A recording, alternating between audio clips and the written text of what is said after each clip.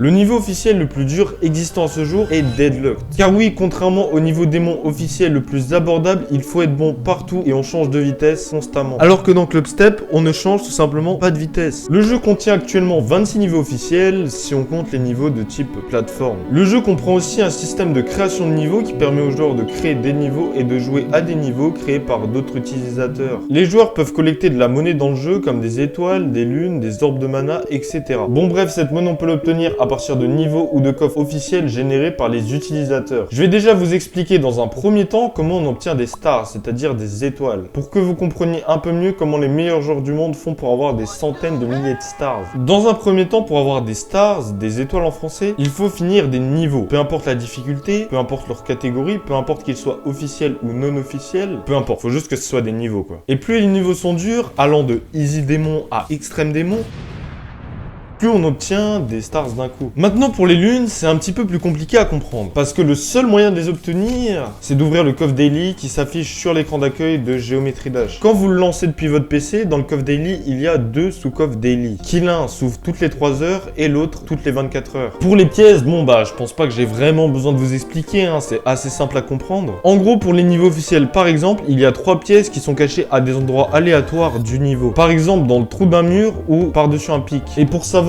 où sont les pièces d'un niveau officiel, et bah t'as juste à taper par exemple Dry Out Alcoin sur YouTube et tu verras tout simplement un gameplay du niveau Dry Out où le gars ou la fille finira le niveau avec les 3 pièces et du coup t'auras juste à regarder un petit peu dans le niveau et tu verras où seront les 3 pièces. Et après bah vous aurez plus qu'à allumer votre PC, lancer Geometry Dash et puis oui quoi, voilà c'est tout. Ensuite pour les sortes de particules bleues qu'on appelle les orbes de mana, et bah pour les obtenir c'est assez simple. Tu peux les obtenir soit en ouvrant des coffres quotidiens, soit en terminant des gauntlets, ou soit en faisant un nouveau record sur une run par exemple en normal mode. Et pour les diamants, c'est la même chose que pour les lunes. Le seul moyen de les obtenir, c'est d'ouvrir le coffre daily qui se trouve sur l'écran d'accueil de Geometry Dash, comme je vous l'ai dit il y a quelques minutes. Ou il y a quelques secondes, hein, ça dépend d'où vous en êtes sur cette vidéo. Maintenant, je vous ai expliqué comment on obtient des récompenses sur Geometry Dash, on va pouvoir passer à la suite. Sur Geometry Dash, il existe plusieurs catégories de difficulté. Pour les niveaux non démons, il y a Easy, Normal, Hard, Harder, Insane. Et pour les niveaux démons, il y a 5 sous-difficultés. Car oui, démon, en gros, c'est une difficulté, ouais.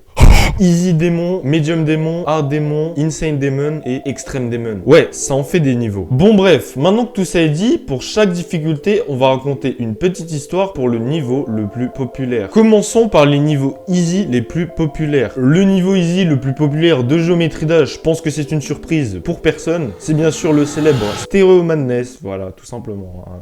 Je pense que vous vous y attendiez hein, quand même. Bon bref, pas besoin de vous présenter, hein, premier niveau de toute l'histoire de Geometry Dash, hein, sorti en 2013. Et bien entendu, la seule difficulté résidant dans ce niveau, c'est les 3 spikes aux alentours des 70%. Donc ouais, comme dans Back on Track, il n'y a pas de triple spike, techniquement, Back on Track est plus simple que Stereo Madness. C'est pas logique, mais c'est réel. Sinon, la musique est assez joyeuse, le niveau assez joyeux aussi, et aussi, bien sûr, le niveau on sait qu'il est joyeux parce que le logo du niveau, c'est littéralement une tête bleue super contente. Donc ouais, on sait à quoi s'attendre quoi. Et aussi bah ce niveau c'est vraiment un niveau qui est fait pour ceux qui débutent hein. C'est clairement pas fait pour des joueurs pro quoi. Les joueurs pro le finissent en un essai, même moins. Prochain level. Maintenant passons à la difficulté normale. Cette fois pour changer un petit peu, j'ai décidé de sélectionner un niveau communautaire et non officiel. Et ce niveau c'est tout simplement Level Easy. Alors oui vous allez me dire hein, pourquoi le niveau s'appelle Level Easy alors que c'est littéralement anormal.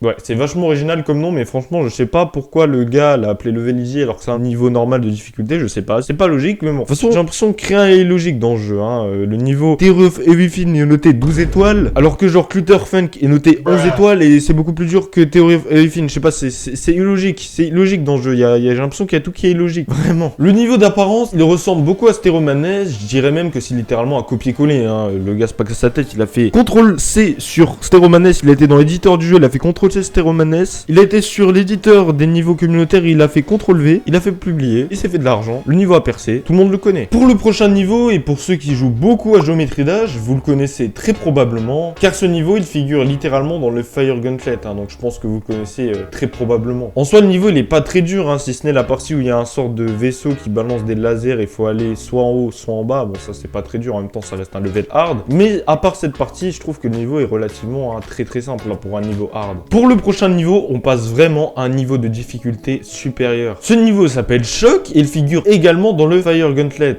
Et franchement, ce niveau, il est pas non plus insurmontable, mais il est quand même pas simple, hein, quoi. Bon, on reste sur un harder, mais ce niveau est quand même pas simple hein, pour un harder, parce que pour ceux qui débutent, ça doit pas être simple hein, de passer de hard à harder d'un coup, parce qu'il y a quand même une grosse différence entre les deux. Bon, peut-être pas une grosse différence, mais il y a quand même une différence. C'est donc pour ça qu'avant de faire des niveaux comme ça, je vous conseille d'abord de faire des niveaux easy, normal, hard, avant de passer à ces difficultés, parce que sinon, bah, ça va tout simplement être trop dur pour vous, hein. Vous allez tout simplement galérer comme jamais, donc autant d'abord faire des niveaux moins durs, et une fois que vous vous sentez prêt, là, vous pouvez passer à des niveaux harder, mais d'abord, vraiment, entraînez-vous sur des niveaux, des difficultés en dessous, quoi, hein, vraiment. Hein. Après, c'est un conseil, après, vous faites comme vous voulez, mais c'est juste un conseil.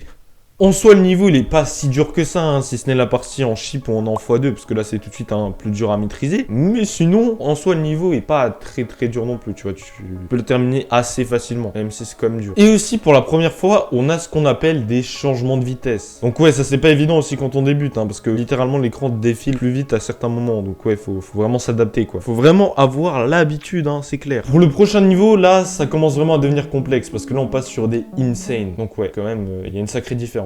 Parce que déjà là, contrairement au niveau harder de tout à l'heure là, on a des changements de vitesse très souvent. Et on a aussi des sortes de plateformes qui se déplacent quasiment au dernier moment. Un peu comme Geometrical Dominator, un niveau officiel, hein. Je pense que vous connaissez le niveau. Et aussi on a des portails qui inversent la gravité, ce qui est, vous le verrez, assez perturbant. Bon là on commence à plus rigoler, parce que là on passe sur de la difficulté démon. Donc ouais, là c'est un autre game hein, carrément, c'est plus la même chose, hein. C'est plus le même niveau hein, qu'il faut avoir. Et autant vous dire que les niveaux démons, c'est pas une mince affaire. Déjà, ils demandent plus de concentration et de réactivité, et chaque saut doit être bien timé. Et bien sûr, si on meurt dans le jeu, on doit recommencer le niveau depuis 0%.